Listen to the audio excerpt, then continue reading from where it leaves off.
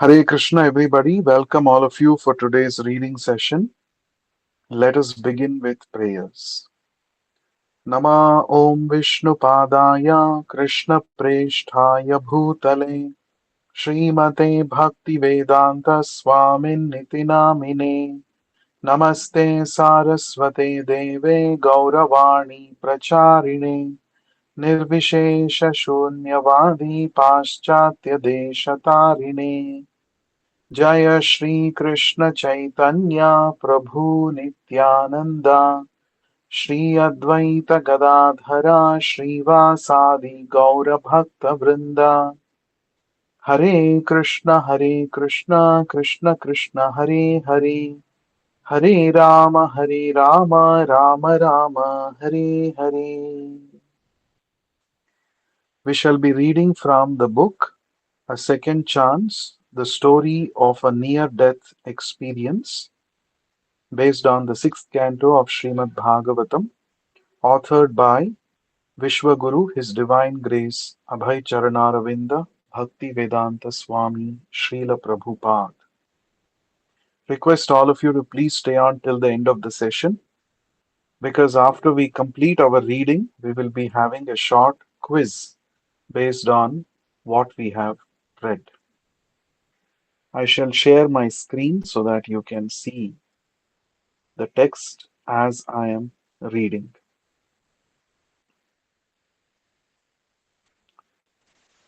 Reading from Second Chance, Chapter 3, At the Final Hour. Shukadev Goswami continued, because of the child's broken language and awkward movements, old Ajamila was very much attached to him.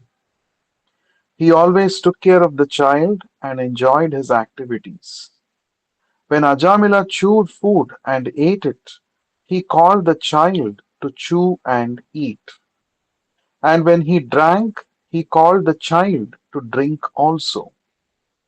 Always engaged in taking care of the child and calling his name Narayana, Ajamila could not understand that his own time was now exhausted and that death was upon him.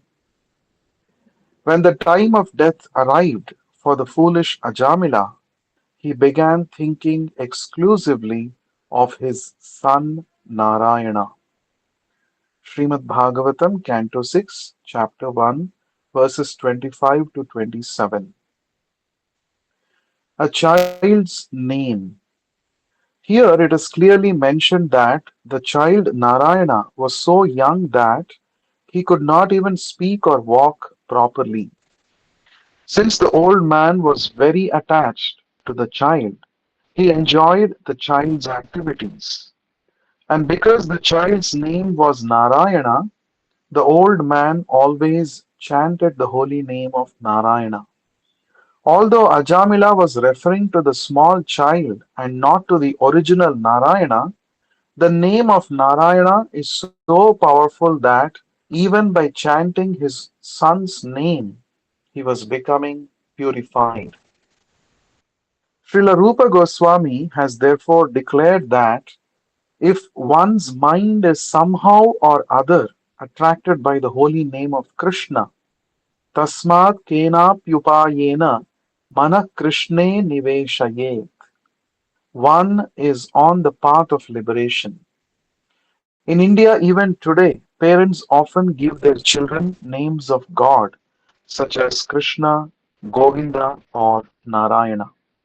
Thus, the parents chant the names Krishna, Govinda, or Narayana and get the chance to be purified. At the time of death, Ajamila was chanting the name of Narayana in connection with his youngest child.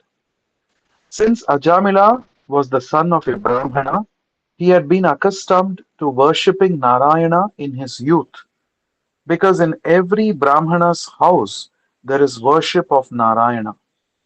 Therefore, although the contaminated Ajamila was calling for his son, by concentrating his mind on the holy name of Narayana, he remembered the Narayana he had very faithfully worshipped in his youth. The value of remembering Narayana at the time of death is explained in the second canto of the Srimad Bhagavatam, Canto 2, Chapter 1, Verse 6. एतावान् साङ्ख्ययोगाभ्यां स्वधर्मपरिनिष्ठया जन्मलाभः परः पुंसाम् अन्ते नारायणस्मृतिः. The highest perfection of human life, achieved either by complete knowledge of matter and spirit, by acquirement of mystic powers, or by perfect discharge of one's occupational duty, is to remember Narayana, the personality of Godhead, at the end of life. Somehow or other, therefore, Ajamila, consciously or unconsciously, chanted the name of Narayana at the time of death and became all perfect. Death, a critical time of life. As mentioned above, one's mentality at the time of death is all important. But if we become complacent and think, oh, death takes place, what of it? Then we cannot advance on the spiritual path. Just as the air carries fragrances, so a person's mentality at the time of death will carry him to his next life. If he has cultivated the mentality of a Vaishnava, a pure devotee of Krishna, then he will immediately be transferred to Vaikuntha. But if he has cultivated the mentality of an ordinary karmi, a fruitive worker, then he will have to stay in this material world to suffer the consequences of the kind of mentality he has thus created. Suppose I am a businessman. If I simply do business up till the point of death, naturally my mentality will be business. One Calcutta businessman at the time of death asked about the management of his mill. He might have taken his next birth as a rat in his mill. This is possible. At the time of death, whatever you are thinking will carry you to your next body. Krishna is very kind, and whatever mentality one is absorbed in at the time of death, Krishna will provide an appropriate body. All right, you're thinking like a rat, become a rat. You're thinking like a tiger, become a tiger. You're thinking like my devotee, come to me. By chanting Hare Krishna, we can mold our thoughts so that we can always think of Krishna. As Krishna recommends in the Bhagavad Gita, chapter 6, verse 47, Yoginam api sarvesham madgatenantaratmana. The first class yogi is he who always thinks of me within his heart. The Krishna consciousness movement is especially meant for helping the members of human society come to this state of full Krishna consciousness. Then, at the end of life, one will simply remember Krishna. Whatever you practice throughout your life will determine your consciousness at death. That is natural. One who properly prepares for the time of death is is really intelligent, while one who thinks he can remain at home forever and enjoy the association of his wife and children is a fool. In illusion, a man thinks, my bank balance, my nice house, and my family will protect me, but these cannot protect anyone. The Srimad Bhagavatam, Canto 2, Chapter 1, Verse 4 declares, Dehapatyakalatradishu atmasainyeshvasatsvapi tesham pramatto nidhanam pashyannapi na pashyati. One who is mad thinks, my strong body, my grown up children, my good wife, and my bank balance will save me. We are simply struggling in this material world like soldiers fighting on a battlefield.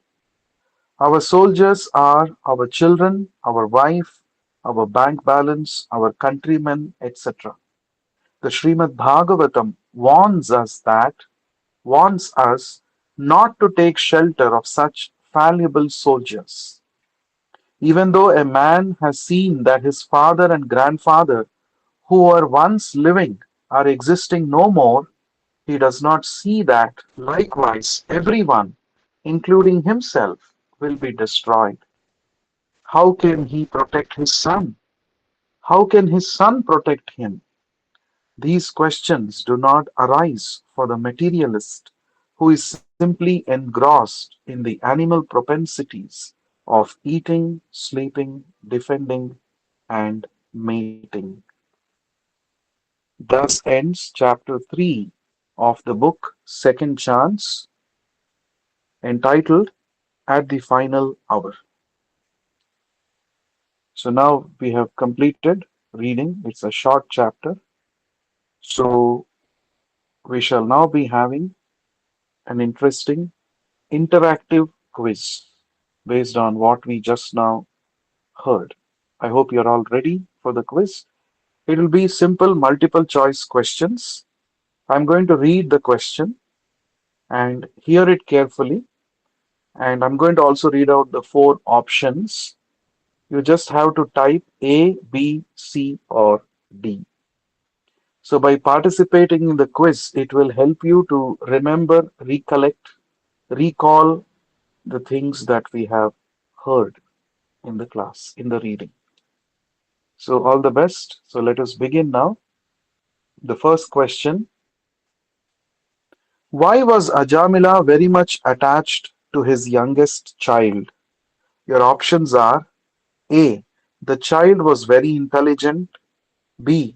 The child was his only son. C. The child's broken language and awkward movements. D. The child helped him in rituals. Please type A, B, C, or D. Yes, so I have received seven answers. Six, seven. Okay. Karthik, Soni, Girish, Vishwanath, Krishna, Abhishek, Kumar, Jagannath, Prasad, Chaitanya, Mataji. All of you are saying C. Yes, C is the right answer.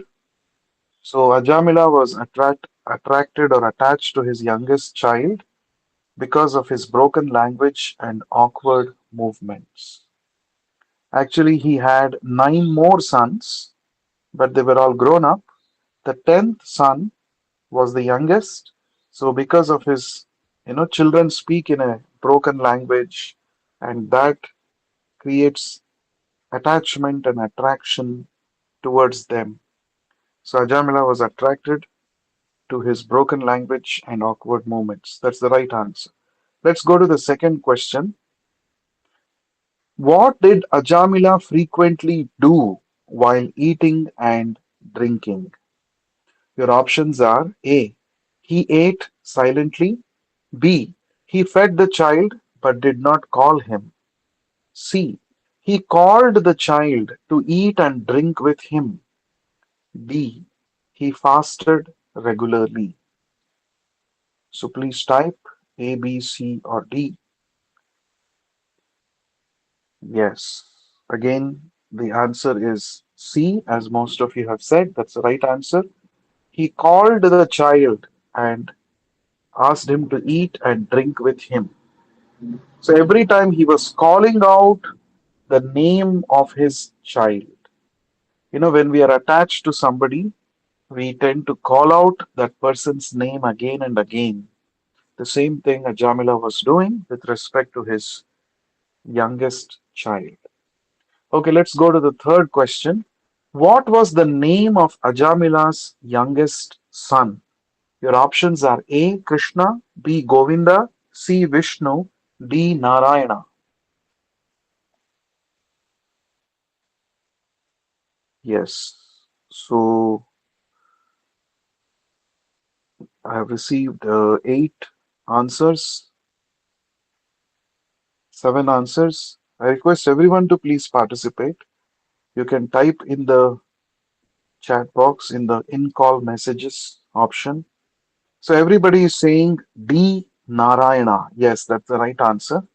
In fact, as Prabhupada mentions in this chapter, as we read, uh, it is a custom, especially in our country, to name children after God, so that by calling out our children at home, we are we are indirectly chanting the holy names of the Supreme Lord.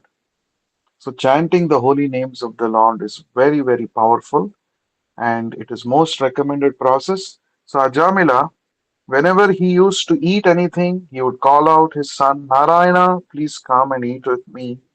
Whenever he would go for a walk, he would also call Narayana, please come with me. Like this, he was always chanting the name of Narayana, and in that way, he was becoming purified. Okay, let's go to the fourth question. Why could Ajamila not understand that death was approaching? Why could Ajamila not understand that death was approaching? Your options are A. He was very learned. B. He was absorbed in caring for his child. C. He was physically strong. D. He was practicing yoga. What's the right answer? Why could Ajamila not understand that his death was approaching him? Yes. So, as many of you have said, the right answer is B. He was absorbed in caring for his child. So, Ajamila was growing old, but since his consciousness was always absorbed in taking care of the child, becoming attached to him, he was fully absorbed in the child.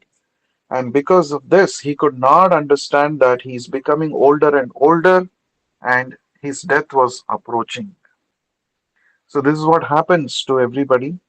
So, we are busy making plans in our lives, but death comes stealthily, silently, and no one can avoid this death. So, therefore, one has to be conscious and one has to prepare oneself for death. Okay, let's go to the next question.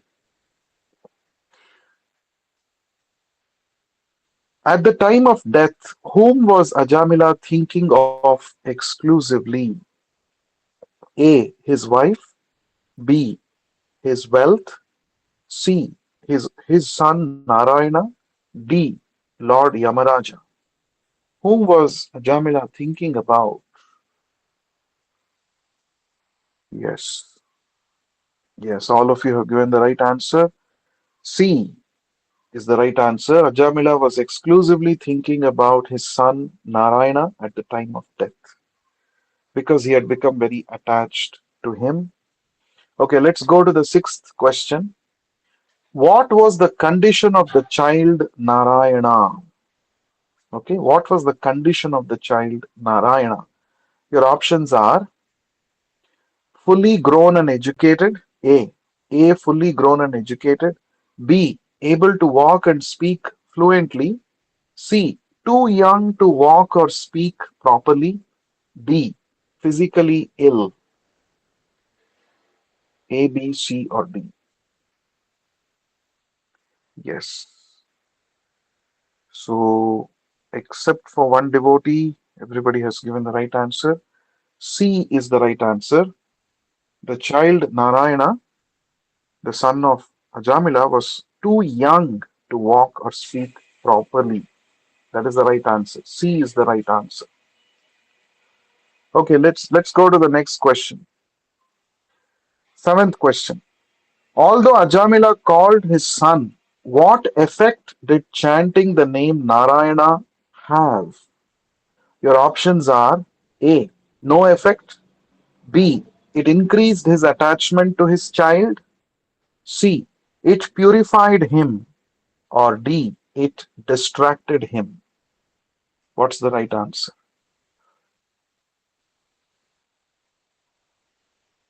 Yes. Yes. So the answer is C. It purified him. Although Ajamila was not referring to the Supreme Lord Narayana, While calling out the name Narayana, he was actually affectionately calling out for his own son. Still, he was becoming purified because the holy name of the Lord is absolute.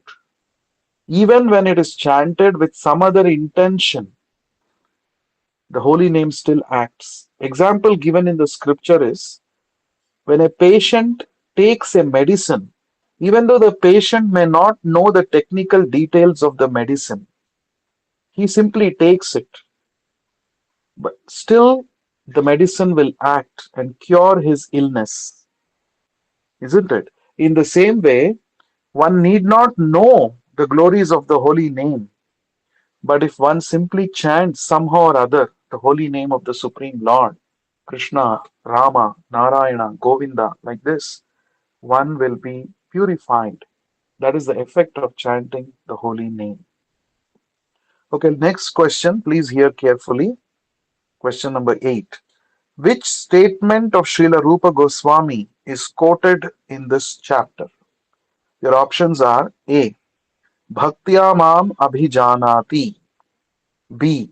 Sarvadharman parityajya. C. Manmana bhava madbhakto. C. Tasmat kenapyupayena mana krishne niveshaye.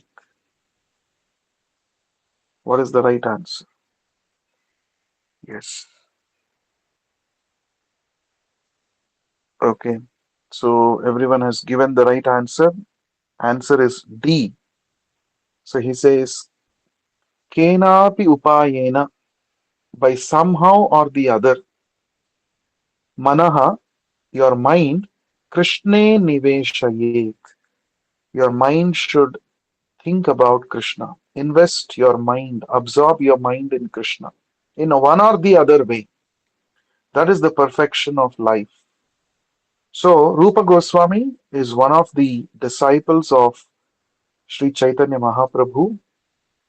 So, he lived in Vrindavan on the order of Chaitanya Mahaprabhu about 500 years ago, and he served the Lord by writing bhakti literature and also establishing a huge temple, a seven-storied temple in Vrindavan called Radha Govindji Mandir. So, Rupa Goswami, in his books, he says that somehow or the other, you have to think about Krishna. That is the meaning of the statement. Tasmat kenapi upayena manaha Krishne niveshaye. Okay, the next question. Why did Ajamila remember the original Narayana at death, even though he chanted his son's name?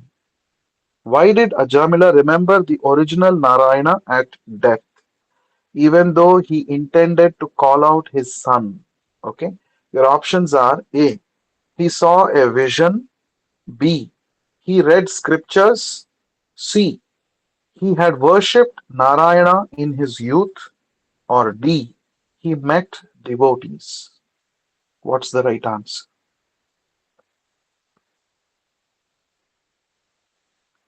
Yes, so there are so many devotees answering. Yes, all of you are right. The answer is C. Ajamila, at the time of death, he called out his son Narayana, but he remembered the original Supreme Lord Narayana because when he was young, he had worshipped Lord Narayana at his home, and the Lord gave him the remembrance. So, this is very important. So, Krishna says in the Bhagavad Gita, second chapter, Swalpam api yasya dharmasya trayate mahato bhayat. That means even a slight amount of devotional service, if we perform, it is never lost. It can save us from the greatest type of fear in our life. So every devotional activity that we do, whether it is chanting the Hare Krishna mantra or participating in such discussions that we are having now, reading and hearing about Krishna, or visiting temple, rendering service, any kind of devotional service, it is never lost. It is never a waste of time. So it can help us at the greatest disastrous moments. Therefore, whenever our body, as long as our body is fit and fine, and when our mind is in a good condition, we should engage in devotional service of the Lord sincerely. So that is the greatest investment that anybody can do. Okay, let's go to the last question. Today's last question. Okay, let's see what is the question. Yeah. What determines one's next life according to this chapter? Okay, what determines one's next life according to this chapter? Your options are A, one's social status, B, one's family background, C, the place of death, or D, mentality at the time of death. What determines one's next life? Yes. So everybody has given the right answer. The answer is D, one's mentality at the time of death. Lord Krishna says in the 8th chapter of Bhagavad Gita, Yam yam vapi smaran bhavam tyajatyante kalevaram tam tamevaiti kaunteya sada bhava bhavitaha. That means at the time of death, whatever one remembers, that state he will attain in his next life for sure, without any doubt. So, mentality at the time of death is so important. So, if one remembers, let's say, one's pet dog or pet cat at the time of death, the next life he's going to become dog or a cat. If one remembers Krishna, Narayana at the time of death, then one can actually go back to the spiritual world, Vaikuntha, and live there in the association of Krishna. That is actually called moksha, liberation. Therefore, it is recommended, Ante Narayana Smritihi. At the time of death, one should remember the Supreme Lord, Narayana or Krishna. So, for that to happen, one has to diligently practice remembering Krishna throughout his life. That is why it is recommended that every day we chant a fixed number of times of the Hare Krishna Maha Mantra, and that will help us to get purified and receive the Lord's mercy. And by the Lord's mercy, we will be able to remember the Lord at the time of death. In fact, in the Varaha Purana, it is also said that suppose there is a devotee who has sincerely rendered service to the Lord throughout one's life, but due to some reason, due to bad health, bad state of mind, if one is not able to remember the Lord at the time of death, then the Lord says that I remember such a devotee at his final moment, and I will take him back to Godhead. I will take him back to the spiritual world. So, in either case, whether a devotee is able to remember the Lord at the time of death because of his constant practice and mercy of the Lord, or if the devotee has rendered sincere service throughout his life but unable to remember at the time of death, the Lord Himself remembers such a devotee and takes him back to Godhead. In either case, it is dependent on the mercy of the Lord. Therefore, we should go on chanting Hare Krishna, Hare Krishna, Krishna Krishna, Hare Hare, Hare Rama, Rama Rama, Hare Hare, and sincerely render service to the Lord, develop our Krishna consciousness. In this way, we can attract the mercy of Krishna and we can attain perfection by remembering the Lord at the time of death. So, with this, we come to the end of today's session. Thank you all for joining. We shall meet again tomorrow at 1:30 p.m. and continue to read from this book, A Second Chance. Vishwaguru Srila Prabhupada Ki Jai. Hare, Hare Krishna. Thank you, bro. Hare Krishna. Thank you. Hare Krishna.